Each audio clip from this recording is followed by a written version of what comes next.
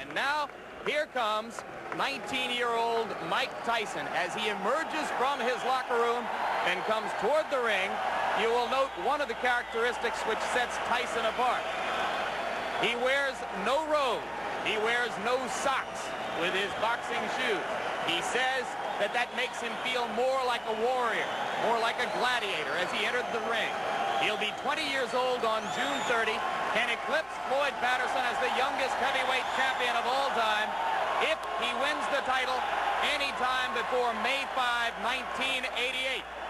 And there is already discussion behind the scenes in boxing of a possible match between Tyson and WBC heavyweight champ Trevor Berbick as early as December of this year. But first, he must get by this fight against James Quick Tillis. And we'll be back for round one right after this. You're watching future champion Mike Tyson on the road to the title as he takes on James Quick Tillis, 1986 on ESPN Classic. Back in Glens Falls, New York, as you look at the tale of the tape between these two heavyweights, the significant stat there, both fighters entered the ring somewhat lighter than in their more recent appearances. Tyson, in his last fight against Steve Zowski, was over 220 pounds, today at 215. And Tillis, in his most recent bout with Terrell Biggs on January 25, fought at over 214 pounds. Today he is 207 3/4. The referee is Joe Cortez. There are 3 judges who will score the fight on the round system with supplemental point scoring in case of a draw. 3 knockdown rule is in effect. No standing 8 count. The mandatory 8 count is in effect. Tyson in the black trunks and James Quick Tillis in the white. Customarily, Mike Tyson does not feel his opponents out in round one. He tries to take them out. He tried to take Quick Tillis out with that first punch he threw, and Tillis showed why he may be a little bit different. He moved right out of the way of it, and Mike missed by quite a bit. The key to the fight will be Tyson cutting off the ring and pinning Tillis in corners and on the ropes like he did right there. Quick Tillis is 7 pounds lighter than when he fought Terrell Biggs. That would indicate, the look of him would indicate he's in much better condition. I think the postponement allowed him to get in better condition, will allow him to move more. The question is, how long can he move? His record is he's dangerous early, Jim.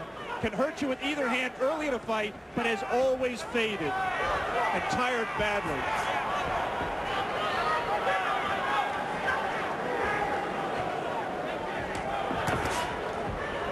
See Tillis delivering the left jab and following with the right. He is not running away from Tyson, and Tyson goes to work on the body. Some say that what sets Tyson apart is the intensity and the effect of his attack to the body. It is amazing to see such a young fighter understand so well the importance of body punching. Generally, it takes a veteran to understand that by punching to the body, you can take all that movement away from James Tillis, and that's what Mike Tyson plans to do.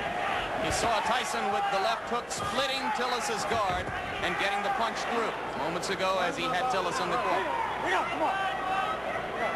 Joe Cortez, the referee, the only one of the 3 judges in Las Vegas a few weeks ago who scored the Larry Holmes-Michael Spinks fight in favor of Holmes. That was an excellent right uppercut by Quick Tillis, which is a punch that should be effective against someone who comes in, burrowing in like Tyson does. For some reason, Tillis landed. He was so shocked he grabbed.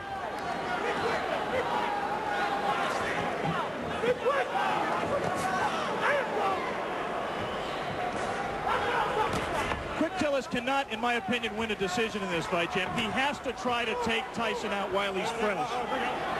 You see that Tillis grabs Tyson behind the head when he ties a fighter up. He customarily does it by tying them up behind the head.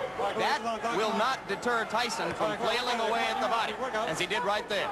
And Joe Cortez, the referee, quite properly did not break the fighters because Tyson's hands were not tied up.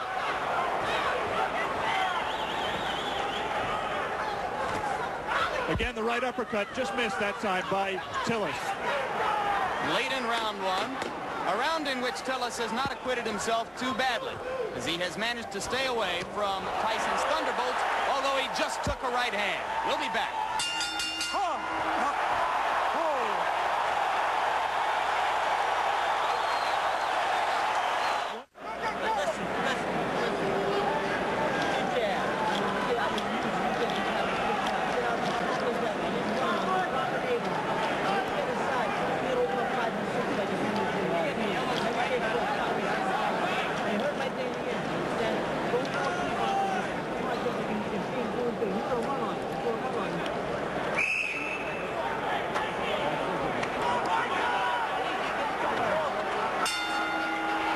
back for round two, and you hear the bell. As you saw before we went away, Tyson did land one punch after the bell had sounded to end round one. Most people in boxing, if they're looking for a way to beat Mike Tyson, believe it will be done by a fighter who is able to move and punch effectively on the move, as Henry Tillman did in winning 2 fights from Tyson in the Olympic trials as amateur. All right, bring out the income. Tyson just landed 2 solid left hands. The difference, obviously, is here Mike Tyson has 10 rounds to wear down his opponent. He had to go all out in the 3 rounds amateur limit. Lost to Tillman in the Olympic trials. Right hand lands flush on the cheek of Quick Tillis, but that was an extended right hand. He was not in close enough to do maximum damage. Yeah, but he's not letting go of Mike Tyson. He might be shaking his hand, which generally means that he was hurt by the punch, even though it was, as you say, extended.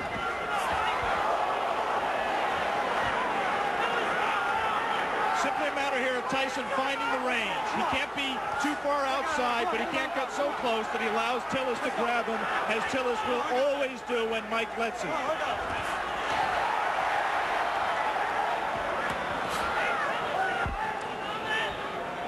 Tyson can be hit. He was openly disappointed with the number of times that Steve Zowski landed on him in his last fight. Any custom auto-trained fighter prides himself on his defense. And Mike really was disappointed that Zowski hit him with some right hands, really silly right hands that he should not have been hit with. It was just a loss of concentration. The right hand by Tillis was blocked there. A jab by Mike Tyson, a rare punch for him in his first 19 fights. A punch that he is smart enough to know that he's going to need if he's going to move up to world-class competition. He's been using it more in training and says that we'll see a lot more of it in this fight. He just tried it there until Tillis knocked down 2 of them.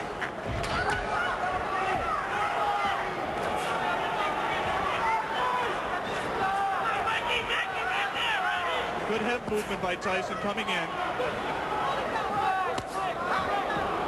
For the moment, Tyson is not nearly as busy as he has been in some of his previous fights against much lesser opponents. No doubt a sign of the respect that he must have for a fighter of Tillis's experience. There's the punch that, in my opinion, is going to win the fight for Tyson. It's that right hand to the body. He won't knock Tillis out with it, but he will wear him down and bring his hands down so he can land punches to the head. He got him with the left. And you saw Tillis staggering backward momentarily.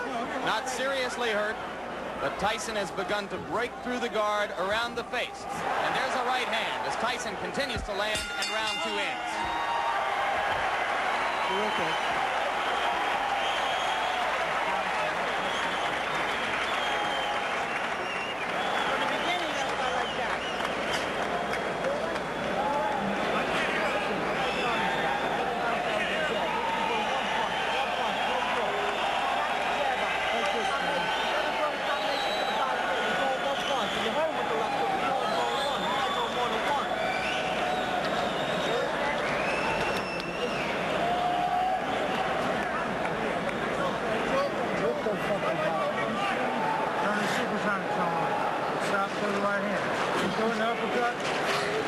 You're landing it, but you're not throwing the hook behind it.